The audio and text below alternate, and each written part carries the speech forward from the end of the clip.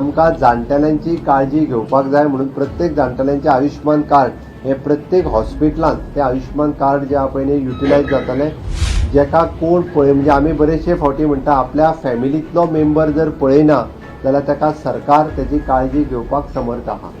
हांवें कित्याक सांगता तर हांवें पळयलां की पॅलेटिव्ह कॅर सेंटराकूय बी आतां आमी सपोर्ट दिवपाक सुरवात केलो. एकादो कॅन्सर जालो आनी ताका जर सामको मरणाच्या घटकेक पावला जाल्यार ताका कोण तितको पळयना.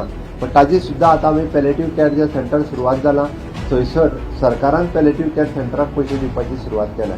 आमी 2,000 रुपया म्हयन्याक दितात.